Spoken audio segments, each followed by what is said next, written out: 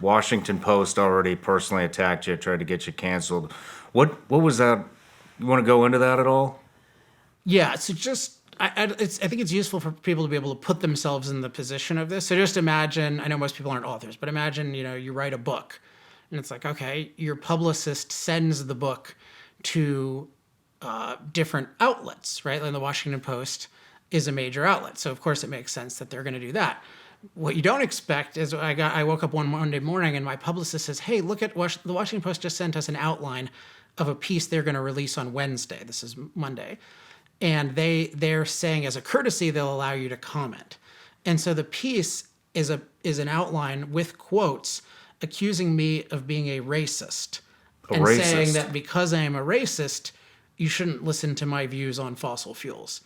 So I knew I wasn't a racist. And also, is that how you argue against a book on fossil fuels? Is like you call someone a racist? So like I knew this was a hit piece, right? And then I look into it, and it's what they did is they work with a group called Documented, and Documented is not about documenting; it's about destroying. So what they do is they try to look up your whole past, everything you've ever done or created, and then find something controversial.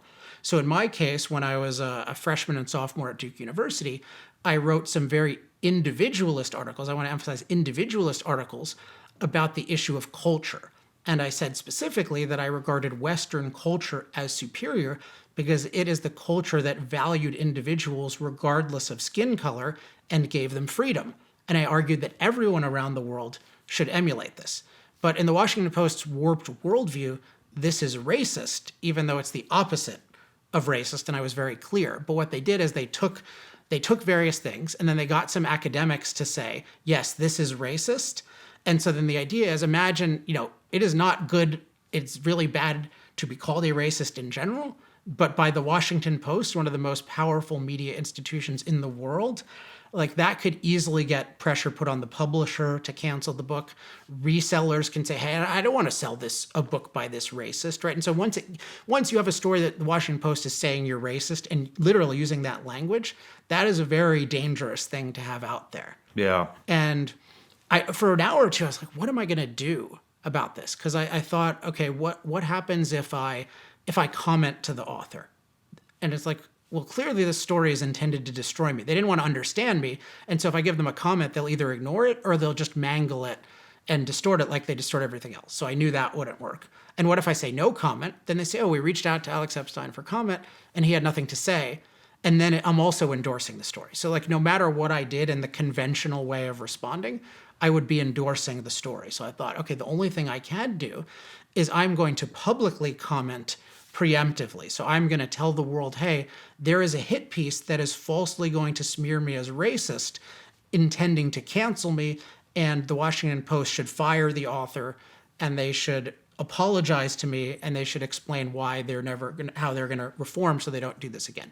So I created a 1-hour video where I don't know if you saw this thing, but like I refuted this idea, this piece beyond what anyone could ever do. Like you could not watch this video and think there was any credibility to this piece.